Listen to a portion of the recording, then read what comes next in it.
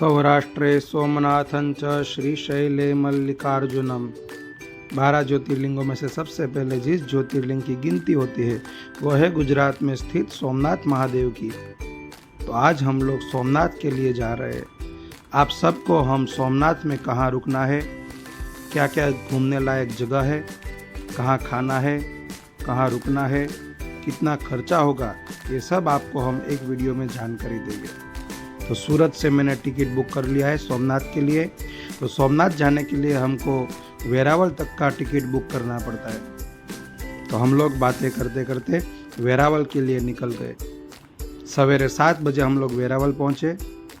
Veraval station के बाहर आप देखोगे तो आपको रिक्शा, ऑटो, टैक्सी वगैरह आपको मिल जाएगा, जो 150 से 300 रुपये लेकर आपको सोमनाथ महादेव तक ले जाएंगे।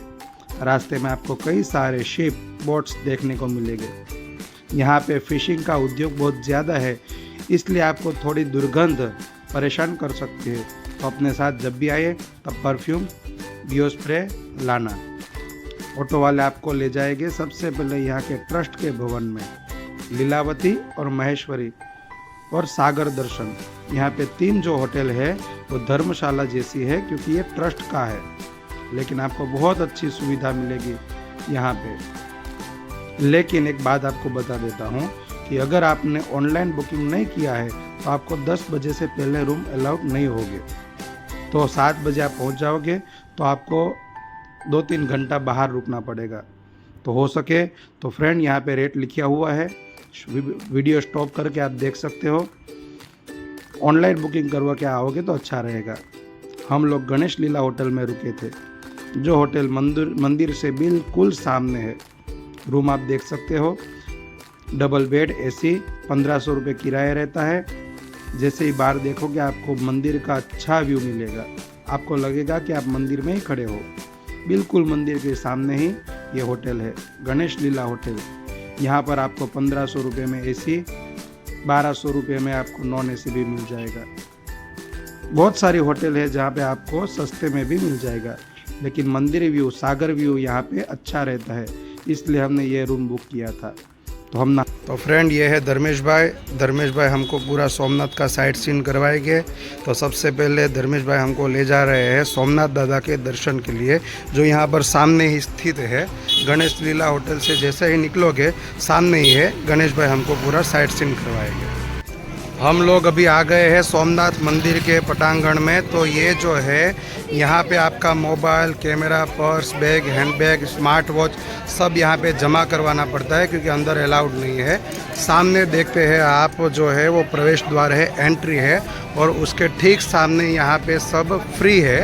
आपका पर्स वगैरह सब आप रख सकते हो, लेकिन हो सके तो आप अपने रूम में ही छोड़ के आए, क्योंकि यहाँ पे ज़्यादा लाइन रहती है। अभी तो ऑफ सीजन चल रहा है, इसलिए ज़्यादा भीड़ नहीं है। लेकिन यहाँ पे जब सावन में आए तो आप अपना कैमरा, मोबाइल वगैरह सब आपके रूम में ही छोड़ के आए तो बेहतर रहेगा। तो यहाँ पे सब निःशुल्क सामान घर है, सब यहाँ पे जमा होता है।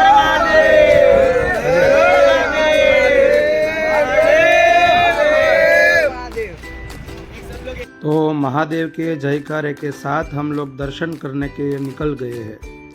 अंदर मोबाइल ले जाना अलाउड नहीं है, इसलिए मैं हमारे होटल में से ऊपर से आपको व्यू दिखाता हूँ। आपको अंदर फ़ोटो खिंचवाना हो तो यहाँ पे जो सीढ़ी रखी हुई है वहाँ पे फोटोग्राफर सब खड़े रहते हैं। आप यहाँ से आओगे तो आप वहाँ पे रुककर अपना फ़ोटो खिंचवा सकते हो, बिल्कुल मंदिर के सामने ही। मंदिर के साथ आपका अच्छा सा फ़ोटो लेंगे। तो हम लोग सोमनाथ दादा के दर्शन करने के बाद पुराने सोमनाथ दादा के मंदिर में आ गए हैं। ये जो है वो पुराना सोमनाथ महादेव का मंदिर है। इसकी स्थापना रानी अहल्याबाई ने करवाई थी। मित्रों, यहाँ पे हर मंदिर का अपना ही एक इतिहास है। यदि मैं सबका इतिहास बताने बैठूंगा तो वीडियो बहुत ही लंबा हो जाएगा। तो इसी वीडियो का पार्ट 2 आएगा, जिसमें हर मंदिर का इतिहास रहेगा। जिसको भी मंदिर का इतिहास देखना हो तो इसी वीडियो का पार्ट 2 देख सकते हो। तो ये पुराने शिव जी के मंदिर में आप अपने हाथ से भगवान शिव जी का अभिषेक कर सकते हो। जैसे ही आप पुराने सोमनाथ महादेव के मंदिर में से बाहर निकलोगे, सामने ही अन्न क्षेत्र है।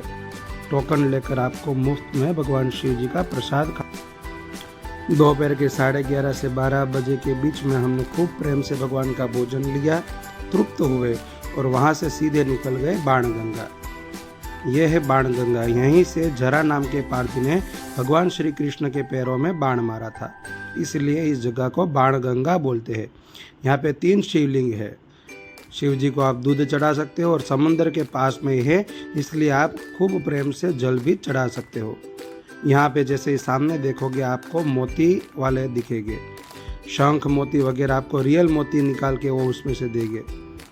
50 रुपये का एक मोती रहेगा। पूरा छिप आपको लेना हो तो वो 200 रुपये बोलेगा, लेकिन आप 100-150 रुपये भावताल करवा के ले सकते हो, जिसमें से 3, 4, 5 आपके नसीब में जितने होंगे उतने मोती आपको मिलेंगे। तो ये असली मोती, रियल मोती आपको अपने सामने ही निकाल के देगा। तो बाणगंगा से हम लोग निकल के आ गए भालका तीर्थ। वहाँ से बाणगंगा से भगवान श्री कृष्ण को जरा नाम के पार्थी ने बाण लगाया था। जो यहाँ पे भगवान श्री कृष्ण शांति से बैठे हुए थे, उनको जाकर बाण लगा। तो ये है भालका तीर्थ। ऐसा मंदिर का व्यू है। यहाँ पे बहुत बढ़िया एकदम शांति का अनुभव होता है। यहाँ पे भगवान श्री कृष्ण का इतिहास भी लिखा हुआ है, भालका तीर्थ का इतिहास भी लिखा हुआ है। वीडियो को स्टॉप करके आप पढ़ सकते हो। तो मित्रों, यही वो स्थान है जिस जगह पर भगवान श्री कृष्ण जी बैठे हुए थे और जरा नाम के पार्थी ने उनको बाण लगाया था। यहाँ पे आज भी वो पीपल का पेड़ मौजूद है जिसके नीचे भगवान श्री कृष्ण बैठे हुए थे। सामने जो बैठे हुए वो जरा नाम के पार्थी थे, वो माफ़ी मांगने लगे और भगवान श्री कृष्ण ने उसको बताया कि ये सब मेरी लीला है, तुमको माफ़ी मांगने की कोई ज़रूरत नहीं। हम लोग बैंगलोर से आए हैं और यहाँ पर आकर के ये भालका तीर्थ मंदिर है। इधर आकर के बहुत अच्छा अनुभव हो रहा है। लग रहा है कि सोमनाथ यात्रा का दर्शन पूरा हो रहा है। ये वो स्थान है जहाँ भगवान श्री कृष्ण पैर पे तीर लगने के बाद अपने आखिरी समय यहाँ पर उन्होंने गुजारा था। बहुत ही जीवंत मूर्ति है, देख करके लगता है कि कभी भी जागृत हो उठेगी और बहुत ही अनूठा अनुभव है यह। धन्यवाद। भालका तीर्थ के दर्शन करने के बाद हम लोग पहुँच गए गोलोक धाम। यह वही स्थान है जहाँ पर भगवान श्री कृष्ण का अंतिम संस्कार किया था। यहाँ पर आज भी भगवान श्री कृष्ण के चरण पादुका रखे हुए हैं। यह वही स्थान है जहाँ पे भगवान श्री कृष्ण का अंतिम संस्कार हुआ था। बलराम जी ने यहीं पर भगवान श्री कृष्ण का अंतिम संस्कार किया था और उसके ही सामने आप देखोगे बलदेव जी का मंदिर है, बलदेव जी की गुफा है। कहते हैं इसी गुफा के माध्यम से बलराम जी पाताल लोक को चले गए और अपने शेषनाग के अवतार में ही वो इस धाम से चले गए। यहाँ पर शेषनाग की मूर्ति भी रखी हुई है, वो बलराम जी का स्वरूप दिखाते हैं। यहीं पर आपको लक्ष्मी नारायण की मूर्ति, श्री कृष्ण का मंदिर और गीता जी मंदिर भी आपको देखने को मिलेगा। बहुत ही अद्भुत और सुंदर यहाँ पे प्रतिमा रखी हुई है। वहाँ पे से निकल के हम लोग सीधा चले गए हिरण्य, कपिला और सरस्वती नदी का जहाँ पे त्रिवेणी संगम होता है, वहाँ पर हम लोग चले गए। तो ये है त्रिवेणी महासंगम। यहाँ पर आपको बहुत ही शांति का अनुभव होगा। 3 नदियों का यहाँ पे संगम होता है, जिसको हम लोग त्रिवेणी संगम बोलते हैं। ऐसे आप पशु पंखियों के साथ भी आप फ़ोटो खिंचवा सकते हो। यहाँ पर बोट वाले रहते हैं, आपको 50 रुपये पर पर्सन त्रिवेणी संगम का दर्शन करवाएंगे, सामने तक ले जाएंगे और इस तरफ त्रिवेणी संगम जहाँ पे होता है वहाँ तक ले जाएंगे, सब कुछ समझाएंगे और फिर से यहाँ पे आपको छोड़ देंगे। तो ये है त्रिवेणी संगम।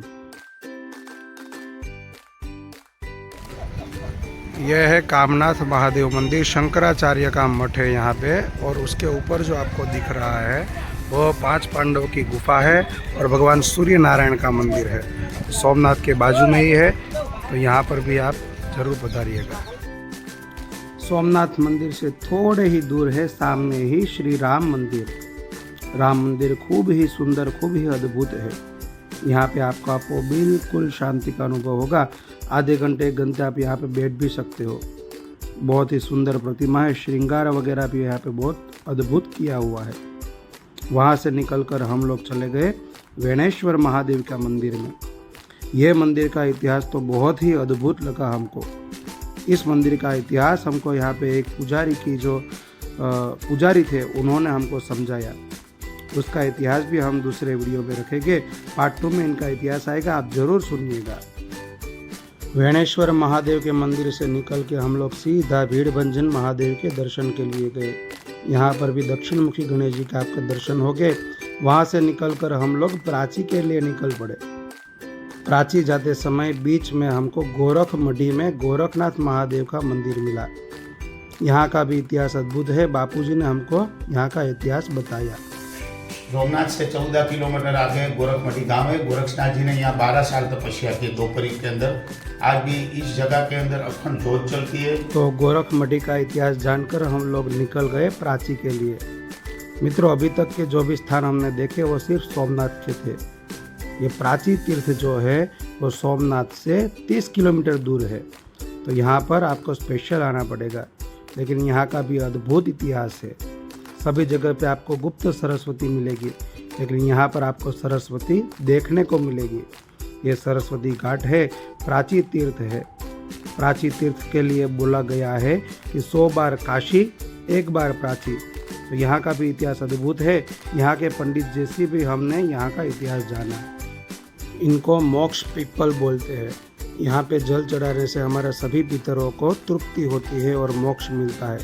तो पूजा पाठ करवा के बिल्कुल सामने ही है माधव राय का मंदिर। ये माधव राय जी का मंदिर भी एक अद्भुत स्थान है, क्योंकि पूरा मंदिर पानी के अंदर है। आप देख सकते हो, बहुत ही रमणीय स्थान है। पूरा मंदिर आपको पानी के अंदर दिखेगा। दूर से आप दर्शन कर सकते हो माधव राय जी के। तो जब भी प्राची आओ तो यहाँ पे दर्शन करने के लिए अवश्य आएगा। ये यहाँ पे प्राची तीर्थ के बिल्कुल सामने ही दशनाम गोस्वामी समाज धर्मशाला है। तो किसी भी व्यक्ति को प्राची में पूजा पाठ करवाने के लिए, पितरों का तर्पण करवाने के लिए आना हो तो यहाँ पे भी आपको 500 से लेकर 1000-1500 तक रूम मिल जाएगा। ये उसकी ऑफिस है, बिल्कुल प्राची तीर्थ के सामने ही है। तो अच्छा रहेगा, यहाँ पे रुकना भी अच्छा है। तो प्राची से घूमकर हम लोग फिर से निकल गए सोमनाथ की ओर। सोमनाथ में जैसे आए, जैसे हमारा लास्ट स्टॉप था समंदर का किनारा। यहाँ पर अंदर आने की 5 रुपये टिकट है। आपको खरीदी शॉपिंग करना हो तो यहाँ पे बहुत सारे स्टॉल भी लगे हुए हैं। खाने के भी बहुत सारे स्टॉल लगे हुए हैं। समंदर के किनारे पे आकर हमारा लास्ट स्टॉप था, तो यहाँ पे हम खूब घूमे। यहाँ पे आप कैमल राइडिंग भी कर सकते हो, हॉर्स राइडिंग भी कर सकते हो। ऊँट गाड़ी का रहता है यहाँ पे 50 रुपये पर पर्सन, और हॉर्स राइडिंग का यहाँ पे रखता है 100 रुपये पर पर्सन। आपको सिर्फ फ़ोटो खिंचवाने हो तो 50 रुपये आपको फ़ोटो खिंचवाने के लगेंगे।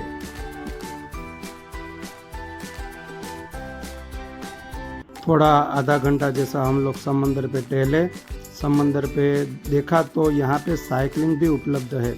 सिर्फ 20 रुपये किराए में आधा घंटा आपको साइकिलिंग करने को मिलेगा। फिर समंदर से हम लोग सीधे चले गए दादा की आरती के लिए। शाम की आरती की। आरती करने के बाद सागर दर्शन होटल में हम लोग खाने के लिए गए। यहाँ पे फैसिलिटी अच्छी रहेगी, सर्विसेज, फूड वगैरह सब अच्छा रहेगा, प्राइस भी कम रहेगा। तो मित्रों, पूरा सोमनाथ घूमने के लिए 3 घंटे काफ़ी है, और यदि आप प्राची भी जाते हो तो आपको 5 घंटे लगेंगे।